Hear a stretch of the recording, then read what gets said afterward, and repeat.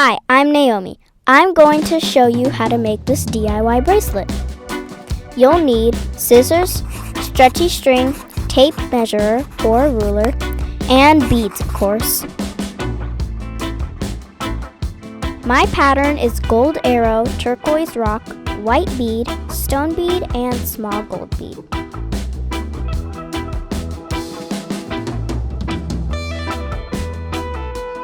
My measure is 8 inches, doubled for 16 in total.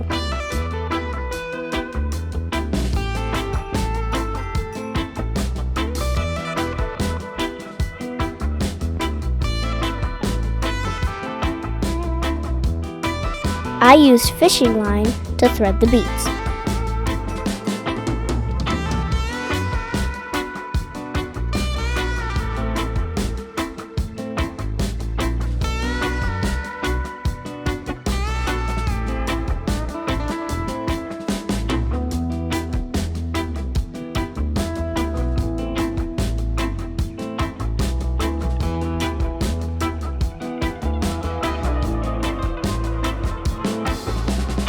My dad helped me tie the bracelet.